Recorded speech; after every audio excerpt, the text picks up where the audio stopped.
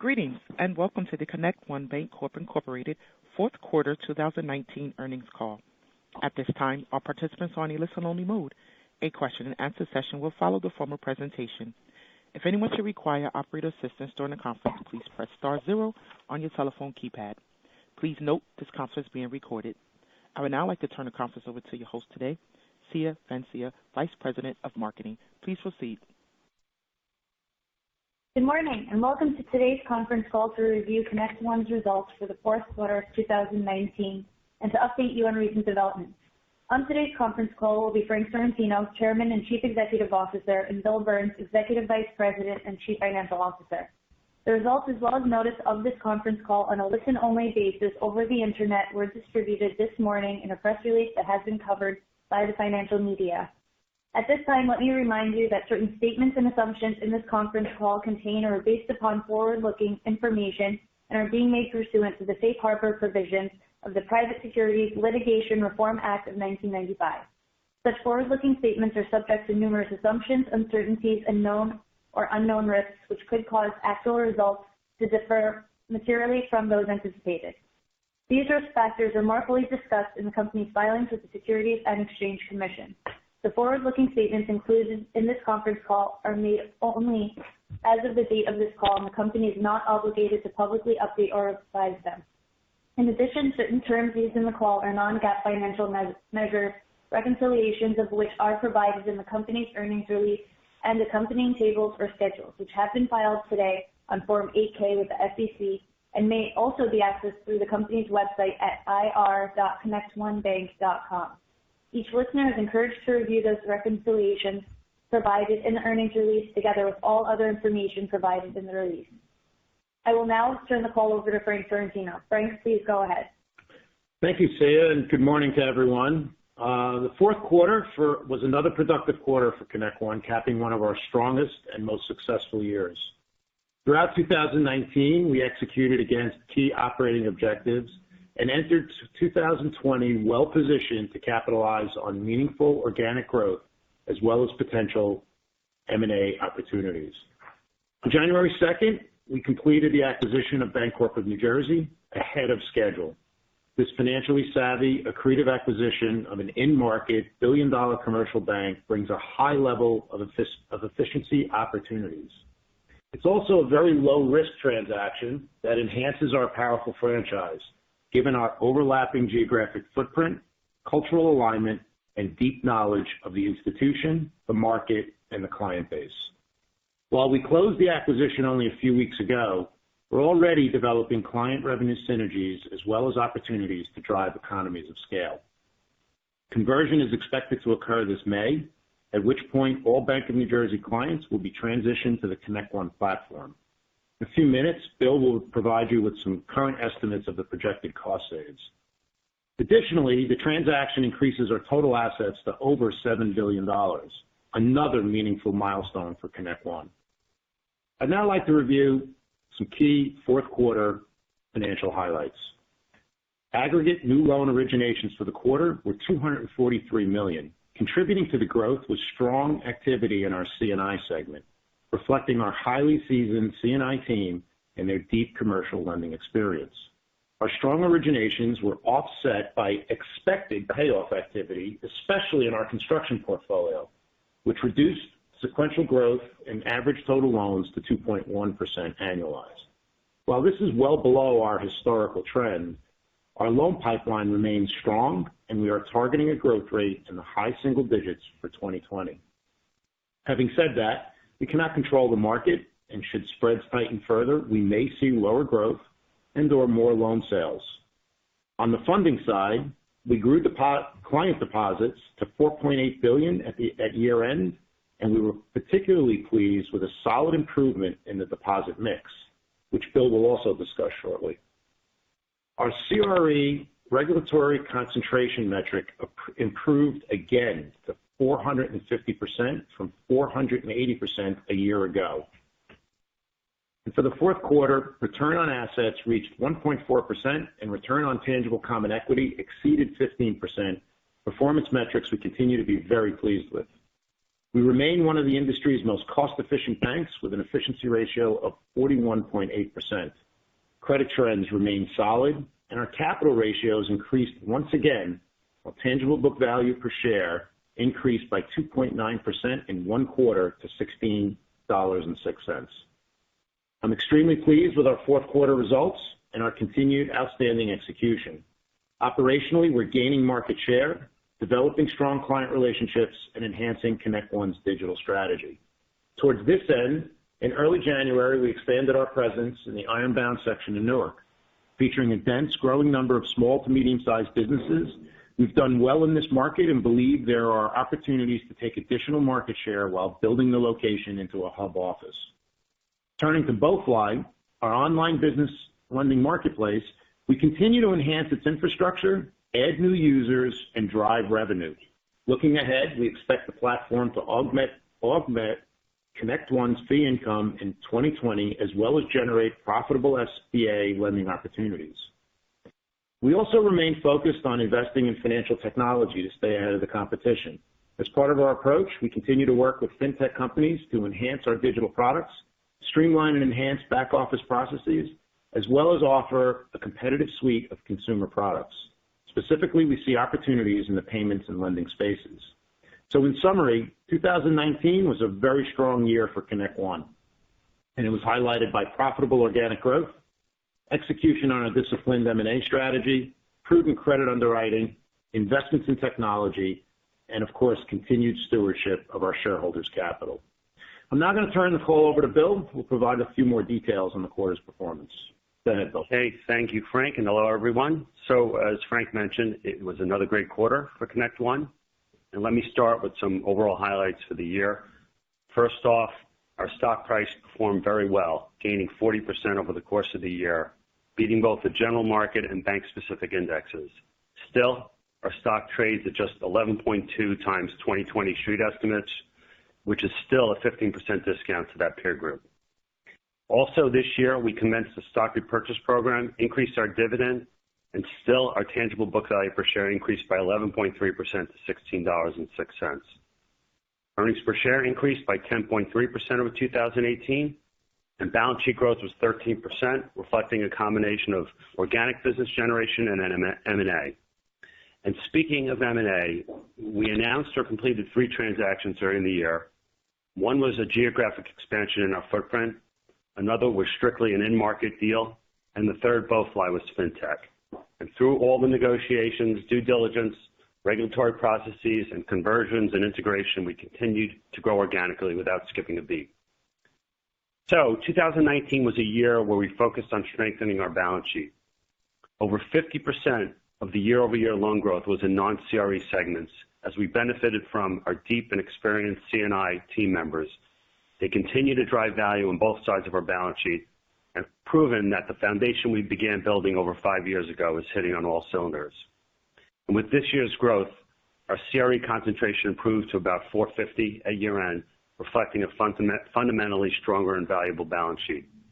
And through continued focus on commercial banking relationships, we are driving our core deposit base, lowering our loan-to-deposit ratio, and positioning us to generate even stronger earnings to build capital. And that capital fuels organic growth and supports other value-enhancing uses of capital, such as stock repurchases, dividend increases, and cash acquisitions. So let me talk a little bit about net interest margin. It continues to be an investor focus. Sequentially, our net interest margin contracted by about 7 basis points, both on a pre- and post-purchase accounting basis. It may seem like a lot for one quarter, but actually I was pleased with where the margin ended up, which is 336 on a GAAP basis, up 9 basis points from last year's fourth quarter. The decline for the sequential quarter was almost entirely due to lower prepayment and other fees, meaning the declining yield on loans after you back out purchase accounting and fees was virtually matched by an improvement in funding costs. And those funding cost benefits came from a shift in our funding mix, with demand and interest-bearing transaction accounts increasing and CDs and borrowings decreasing.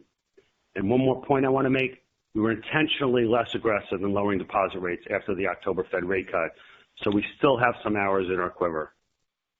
Keep in mind also, we were coming off a quarter where the margin had just expanded by upwards of 15 basis points. And the 336 GAAP and 326 adjusted this quarter net interest margin is still above the first half of this year, of 2019. So going forward from what I can see right now, and it is still early in the first quarter, the margin is looking stable. Let's now move on to non-interest income. We continue to make strides in deposit fee income. For the year, core deposit fees are up 50% from 2018 results, and some of that came from the acquisition of Greater Hudson.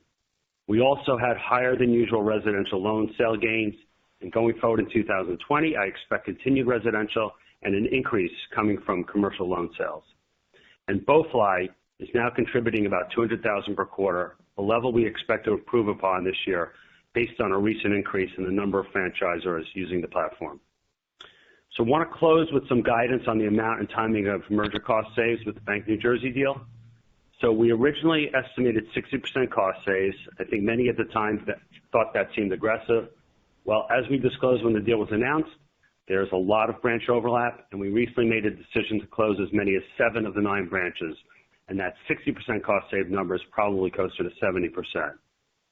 We are converting Bank of New Jersey back office to ConnectOne in early May, so the timing of saves is a little spread out. So I'm estimating right now 1/3 of the saves coming in the first quarter, second third in the second quarter, and the full complement of saves by the beginning of the third quarter.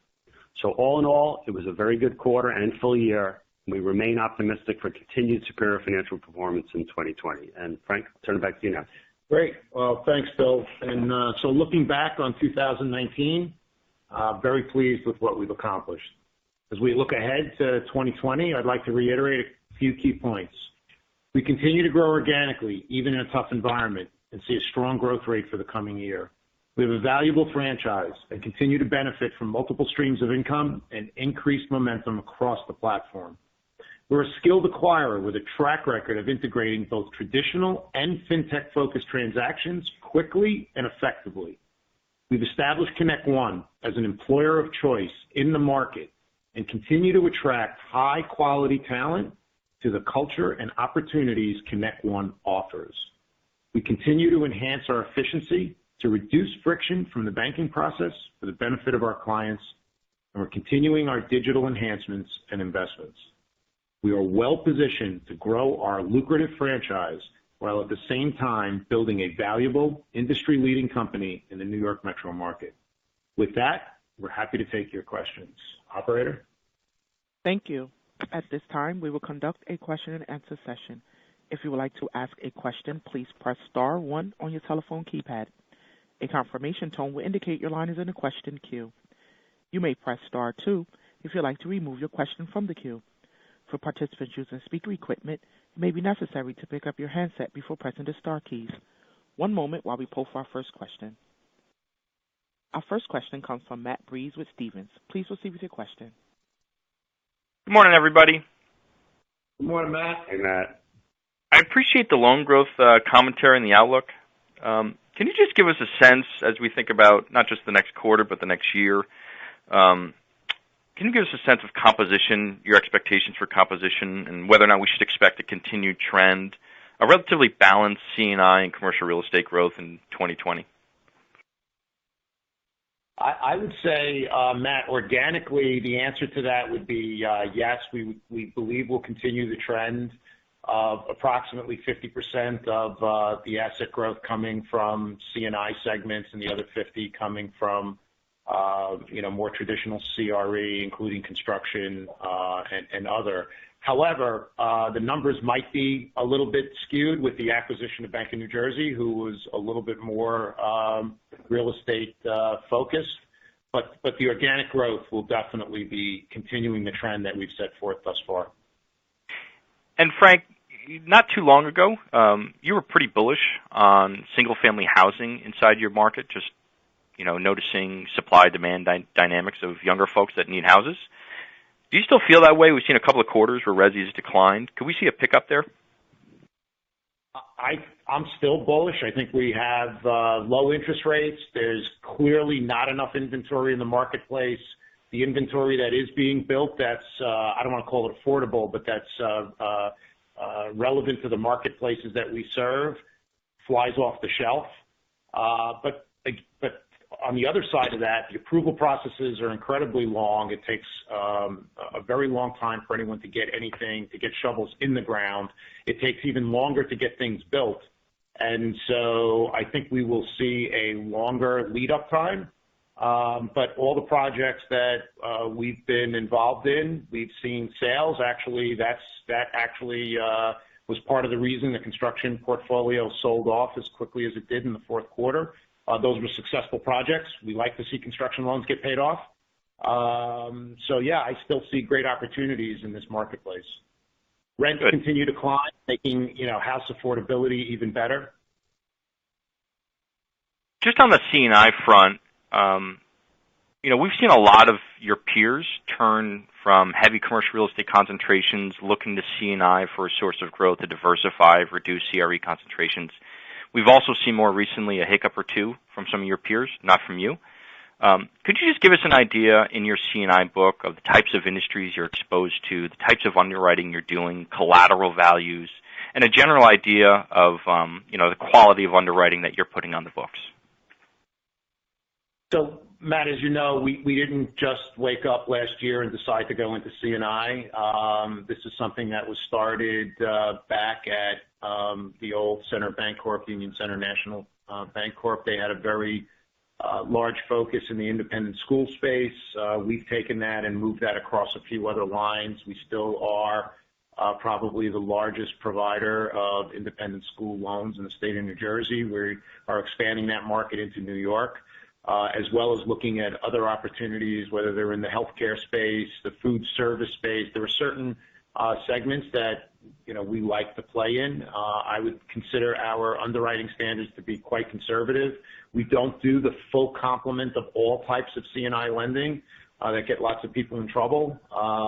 That's just not where we are. We're generally there to support growing businesses for either acquisitions and or lines of credit to support their businesses.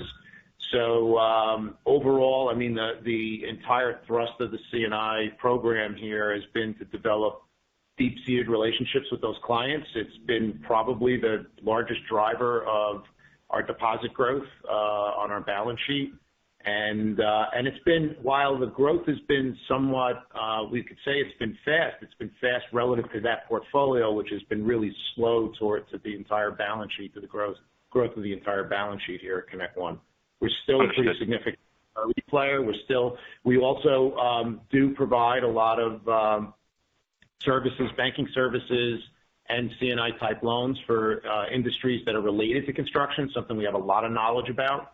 So, I think we're about as conservative as you can be in that space. Okay, and then just two more for me. You mentioned fee income. Especially in regards to the BoFly acquisition as a potential, line item that could see some improvement in 2020. Could you just give us an extent of how much opportunity there is stemming from BoFly and other fee income sources, and to what extent maybe the revenue pie starts to change as they start to kick in? So I would say a good objective for us is to double that income, over the course of the next year. We're continuing to have more users, franchisers using the platform, and that directly leads to revenue out 2 or 3 or 4 months. So that would be my target. So do you mean on a quarterly basis, meaning if this quarter was, $2.3 million in operating fees, we should look for 4.6 a year from now? No. I'm saying for BoFly you had asked about, where we're earning $200,000 a quarter. Doubling Understood. of that by the end of this year would be a good target for us. Okay. And then just my last one is on CECL. I'm sorry, did I interrupt you, Frank? No, I was going to say we do expect some commercial loan sales, so I do see that loan sale income increasing in 2020 versus 2019. Okay. With that in mind, do you expect net loan growth to be 7.5% to 10%, or with the loan sales below that? I still think we're targeting high single digits. Just it depends on those spreads, and if the spreads are narrower and we don't want to put them in portfolio, we might opt to sell more loans.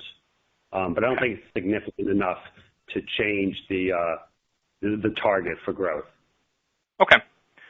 That's all I had. I appreciate you taking my questions. Thank you. Great, Matt. Once again, to ask a question at this time, please press star 1 on your telephone keypad. Our next question comes from Colin Gilbert with KBW. Please receive your question.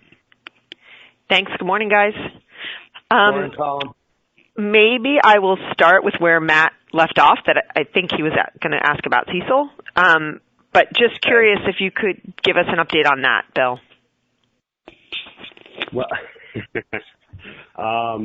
Well, we're going to be compliant, and we will have, a fiscal charge. So I don't want to give out the amount right now, and we'll probably be, when we do determine the amount, we'll probably put it out with the possibility of it changing. There are 3 different ways you can go with this. You can come out with an amount and say it's definitive. You can come out with a range, or you can come out with a specific amount and say that it's not definitive.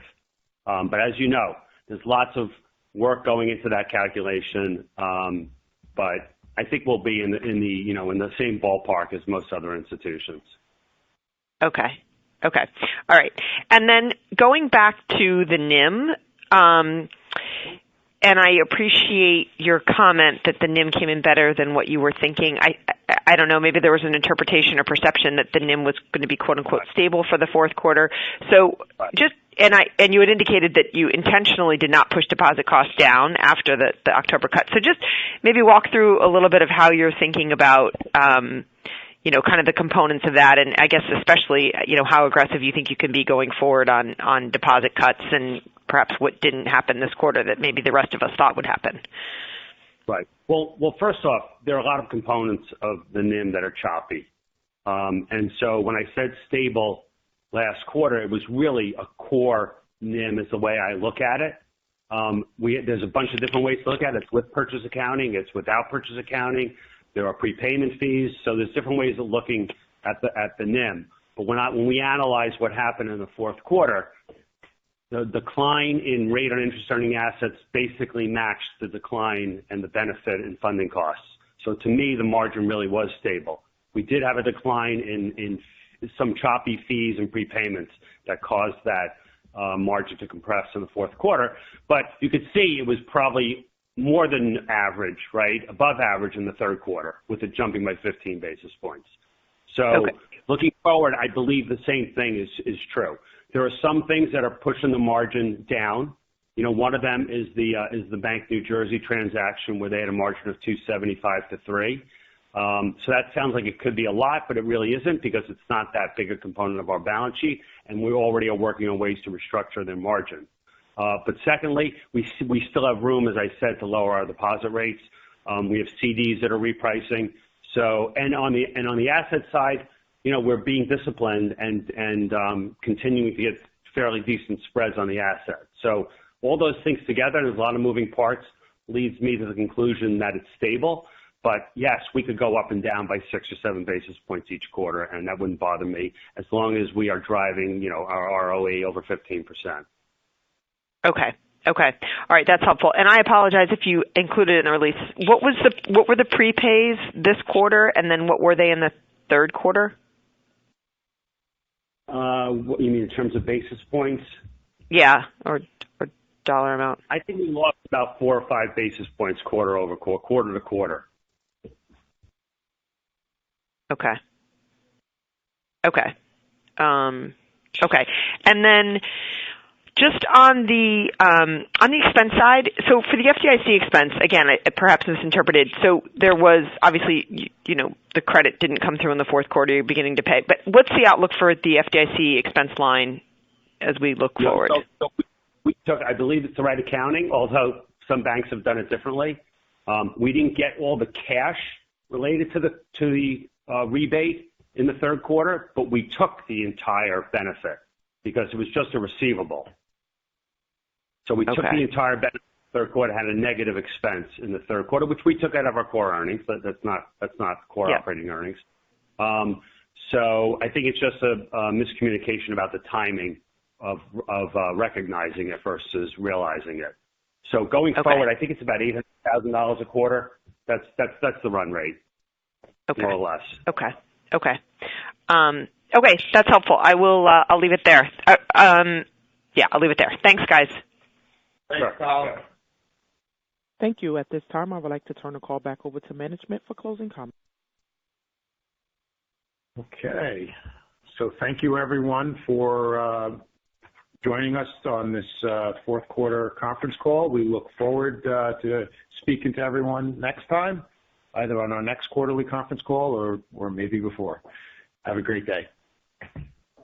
This does conclude today's teleconference. You may disconnect your lines this time, and thank you for your participation.